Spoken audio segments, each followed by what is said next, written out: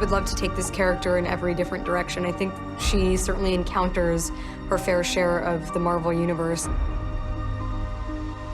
It's nice to be able to play a superheroine who has a past. You know, she obviously has been around for over, 40 years. And I think has a real foundation for all different kinds of spin-offs or interactions with other characters. I think that the possibilities are really endless.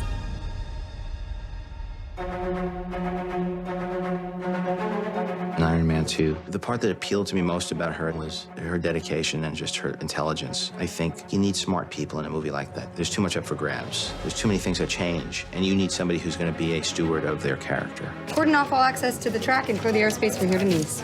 We got it? Here we go. Okay. Scarlett was just a dream, you know. She's so game, and she had a really good time doing it. On my own secret weapons. Unlike some of us older curmudgeons, there's very little you can do to get under her skin. She's just consummately professional.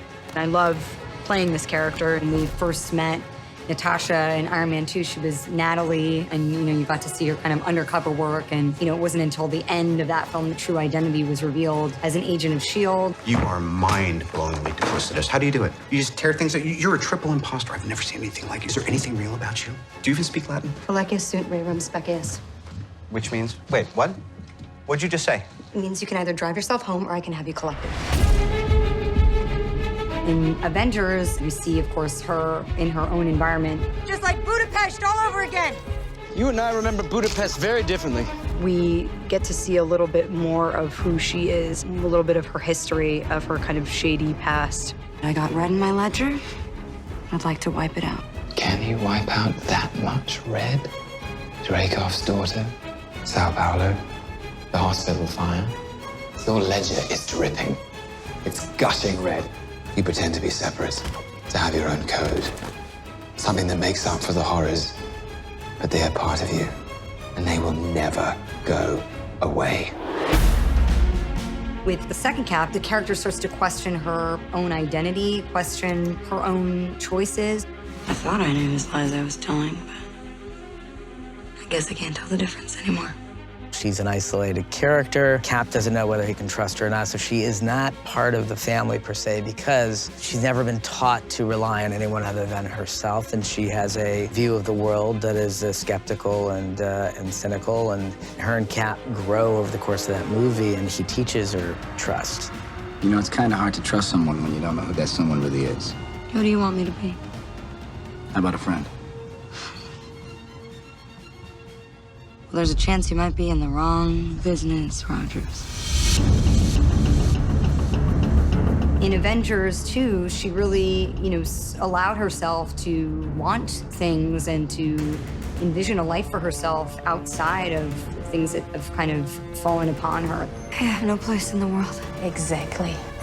And you realize how strong she was to have come out the other side and to be a part of this very heroic team.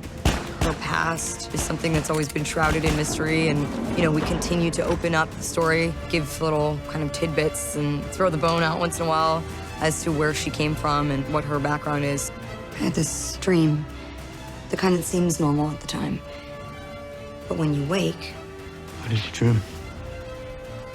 That I was an Avenger. That I was anything more than the assassin they made me. In Civil War, she starts to realize that the Avengers are her family. And she makes a choice to try to preserve the family. We have made some very public mistakes. We need to win their trust back. That's what makes this character really heroic, is that she's kind of dug her heels in and said, look, I could kind of go down this road, which would be the more desirable road personally, and disappear and live off the map, but she chooses this kind of greater calling. Just because it's the path of least resistance doesn't mean it's the wrong path. Staying together is more important than how we stay together. Part of the reason why the Avengers failed in Infinity War is because they were divided, because of the fallout of Civil War. Natasha's a very strategic fighter, and she, I think, is really just trying to give whatever she can in order to save as many people as possible.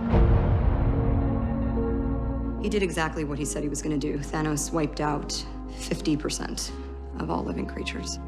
At the beginning of Endgame, she wants to bring it all back because she feels like it is the strongest emotional connection that she's ever had in her life. She's struggling to deal with the fact that they lost, and she hasn't stopped.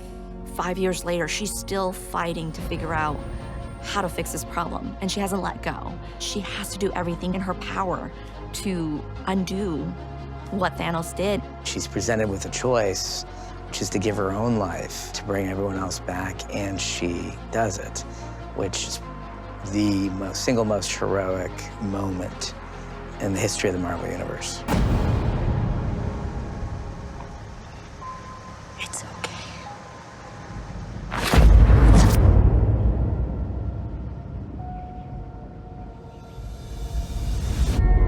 I actually think that in some weird, and it is a very emotional thing, but some weird, twisted up, fateful way, this character who, has searched her whole life for a purpose actually finds her purpose. And it's like this amazing, super emotional, beautiful thing. You know what I've become. I don't judge people on their worst mistakes. Maybe you should. You didn't.